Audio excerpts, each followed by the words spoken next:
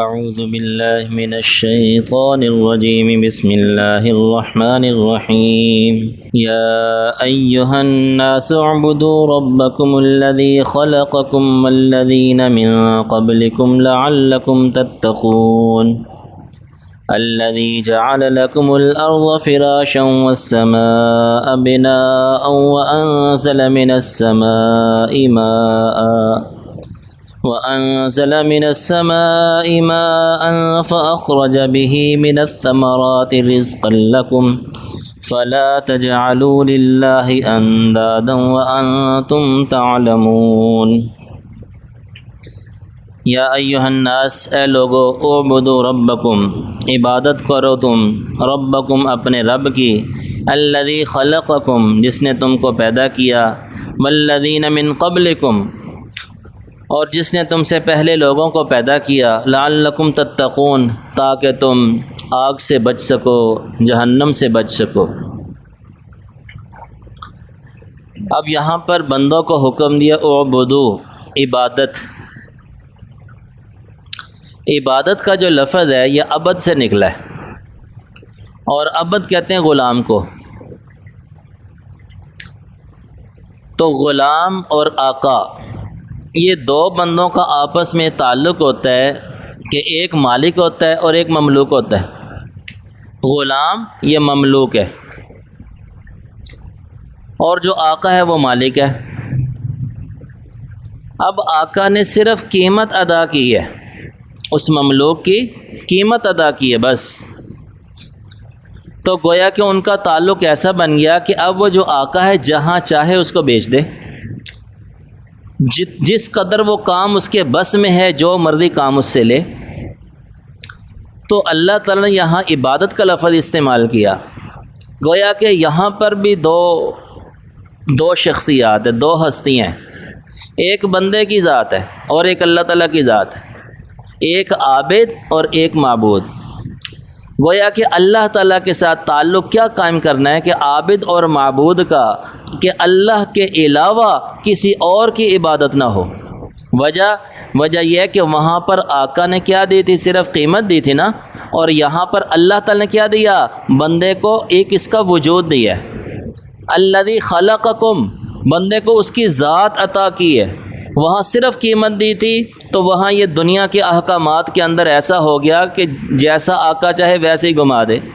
تو گویا کہ جس ذات نے بندے کو وجود دیا، ذات دی، تو یہ دلیل دی کہ اب عبادت بھی صرف اسی رب کی ہونی چاہیے، اور صرف تمہیں ہی نہیں، تم سے پہلے جو تمہارے آباء و اجداد ہیں ان کو بھی اللہ تعالی نے وجود دیا، لعلکم تتقون، تاکہ تم آگ سے بچ سکو۔ الذی جعل لکم الارض فراشا، اور اللہ تعالیٰ دلیل دے رہے ہیں کہ اور اللہ نے تمہیں کیا نعمتیں دی، کہ اللہ نے بنایا تمہارے لیے زمین کو بچھونا۔ گویا کہ یہ پورے کا پورا جو عالم ہے یہ ایک گھر کی مانند ہے۔ اب جب حضرت آدم علیہ السلام کو اتارا گیا تو اس وقت کوئی گھر تو نہیں تھا، گویا کہ ابتدا جو زندگی ہے، جو ابتدا میں بندے تھے وہ اسی طرح رہتے تھے کہ آسمان کی چھت ہے اور زمین کیا، یہ ان کا بچھونا، یہ ان کا فرش ہے، اور وَأَنزَلَ مِنَ السَّمَاءِ مَاءً، اور خوراک ہے پانی، اور بادلوں سے پانی اتارا۔ بس یہ ابتدا جو ہے بندے کی بڑی سادہ سی زندگی ہے، اور گویا کہ ساری ضروریات اس میں پائی جا رہی ہیں کہ آسمان کو چھت بنایا اور زمین کو بچھونا بنایا۔ اب جب شروع میں زمین کو پیدا کیا اللہ تعالیٰ نے، تو مسند احمد کی روایت ہے کہ الذی جعل لکم الارض فراشا، کہ اللہ نے زمین کو بچھونا بنایا۔ تو جب زمین کو پیدا کیا نا تو یہ زمین ہلتی تھی، تو اللہ تعالیٰ نے اس کے اوپر پہاڑ رکھ دیے، اور پہاڑوں کے بارے میں آتا ہے والجبال اوتادا، کہ اللہ تعالیٰ نے جو پہاڑ ہے نا یہ میخیں بنائی ہیں، میخیں، جب کوئی چیز ہل رہی ہو تو اس کو کیل لگا دیتے ہیں نا، وہ ہلنا بند ہو جاتی ہے، تو یہ پہاڑ کیا ہیں؟ یہ میخیں ہیں۔ اور پہاڑوں کے بارے میں آتا ہے کہ جتنا ہمیں یہ زمین کے اوپر نظر آ رہا ہے نا، اس سے کئی گنا یہ زمین کے اندر ہوتا ہے، کیونکہ میخ کا اصول یہ ہوتا ہے کہ سخت میخ وہ ہوگی، سخت کیل وہ ہوگا کہ جتنا باہر ہو اس سے زیادہ دیوار کے اندر ہو، اتنا ہی وہ سخت ہوگا۔ تو چونکہ پہاڑوں سے کام کون سا لینا تھا؟ میخوں کا، اوتاد کا، تو لہذا جتنا ہمیں پہاڑ اوپر نظر آ رہا ہوتا ہے اس سے کئی گنا زمین کے اندر ہوتا ہے یہ پہاڑ. تو یہ پہاڑ بچھا دیے، جب پہاڑ رکھ دیے تو زمین ہلنا بند ہو گئی. تو فرشتوں نے اس پر بڑا تعجب کیا کہ یا باری تعالیٰ کہ یہ پہاڑوں سے سخت چیز بھی کوئی ہے؟ تو اللہ تعالیٰ نے فرمایا کہ ہاں، لوہا ان سے بھی سخت ہے. تو انہوں نے کہا یا اللہ کہ یہ لوہے سے سخت بھی کوئی چیز ہے؟ تو انہوں نے کہا ہاں. اللہ تعالیٰ نے فرمایا کہ جو آگ ہے وہ لوہے سے بھی سخت ہے. کیوں؟ کہ آگ جو ہے لوہے کو پگھلا دیتی ہے. تو فرشتوں نے عرض کیا کہ یا باری تعالیٰ کہ آگ سے سخت کوئی چیز ہے؟ تو اللہ تعالیٰ نے فرمایا ہاں، پانی، کہ پانی جو ہے وہ آگ کو ہی بجھا دیتا ہے. تو انہوں نے عرض کیا کہ یا باری تعالیٰ یہ پانی سے بھی سخت کوئی چیز ہے؟ تو اللہ تعالیٰ نے فرمایا صدقہ، کہ صدقے کے بارے میں آتا ہے کہ الصدقات رد البلا، کہ صدقہ ہر قسم کی بلا کو ٹال دیتا ہے. تو گویا کہ اگر دنیا کے اندر سب سے سخت چیز ہے تو وہ صدقہ ہے کہ جو بلاؤں کو بھی ٹال دیتا ہے. تو اللہ تعالیٰ دلیل دے رہے ہیں کہ الذی جعل لکم الارض فراشا، کہ عبادت تم نے اس رب کی کیوں کرنی ہے، میری کیوں کرنی ہے کہ میں نے تمہارے لیے زمین کو بچھونا بنایا، والسماء بناء، اور آسمانوں کو چھت بنایا، وانزل من السماء ماء، اور بادلوں سے پانی اتارا. اور پانی کے بارے میں اللہ تعالیٰ فرماتے ہیں وجعلنا من الماء کل شیء حی، کہ اللہ تعالیٰ فرماتے ہیں کہ ہم نے پانی کے ساتھ ہر چیز کو زندگی عطا فرمائی. گویا کہ پانی یہ بنیادی ضرورت ہے، اور انسان کا جو وجود ہے وہ بھی پانی سے، اور وجود میں آنے کے بعد بھی انسان پانی کے بغیر زندہ نہیں رہ سکتا. تو وَأَنزَلَ مِنَ السَّمَاءِ مَاءً، اللہ تعالیٰ نے یہ جو السماء کا لفظ ہے نا، یہ آسمان پر بھی بولا جاتا ہے اور بادلوں پر بھی بولا جاتا ہے، دونوں پر بولا جاتا ہے. تو وَأَنزَلَ مِنَ السَّمَاءِ مَاءً، یہاں سما سے مراد بادل ہے، بادلوں سے پانی اتارا. فَأَخْرَجَ مِنَ الثَّمَرَاتِ رِزْقًا، فَأَخْرَجَ بِهِ مِنَ الثَّمَرَاتِ رِزْقًا لَكُمْ، اور اس پانی کے ذریعے اللہ تعالیٰ نے ثمرات، پھلوں کو اگایا، طرح طرح کی نباتات کو اگایا، رزق لکم، بطور رزق، کہ اگر پانی نہیں ہے تو کوئی چیز پیدا نہیں ہو سکتی. جیسے وجعلنا من الماء کل شیء، کل شیء ہر چیز کو حیات پانی سے ہے. تو گویا کہ پانی اتار کے یہ طرح طرح کے جو نباتات ہیں، جو پھل پھول ہیں، یہ ساری اللہ تعالیٰ نے پانی کے ذریعے سے نکالے.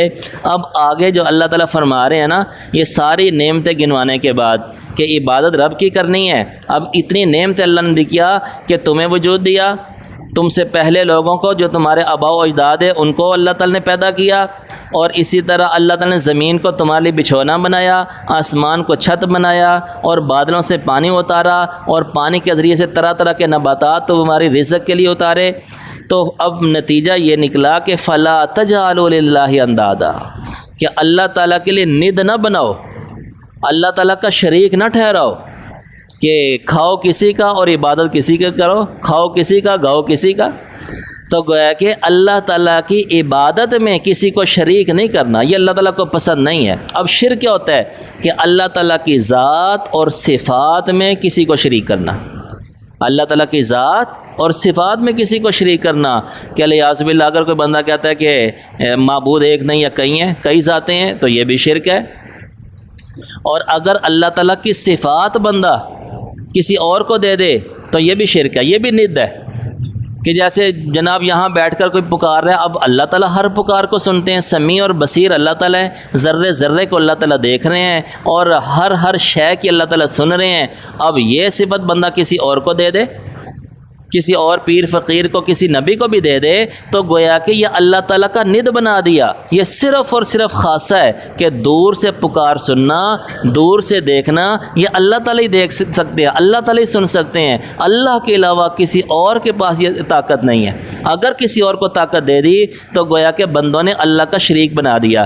تو اللہ تعالیٰ فرما رہے ہیں فلا تجعلوا للہ اندادا، اللہ تعالیٰ کے علاوہ کسی کو ند، کسی کو شریک بھی نہ بناؤ. وانتم تعلمون، اور تم اس بات کو جانتے بھی ہو کہ اللہ تعالیٰ کا کوئی شریک نہیں ہے. کیونکہ مشرکین مکہ کا جو جملہ ہے وہ قرآن نے خود نقل کیا کہ جب وہ کشتی بھنور میں پھنس جاتی تھی نا، تو اب وہ کیا ہے، اللہ کہتا تھا خالص اللہ کو پکارو، تو وہ سارے تھے مشرک اس وقت خالص اللہ کو پکارتے تھے کہ انہیں پتہ تھا کہ اب مشکل پیش آ گئی ہے تو اب اللہ کو پکاریں گے تو پھر یہ مصیبت ٹلنی ہے۔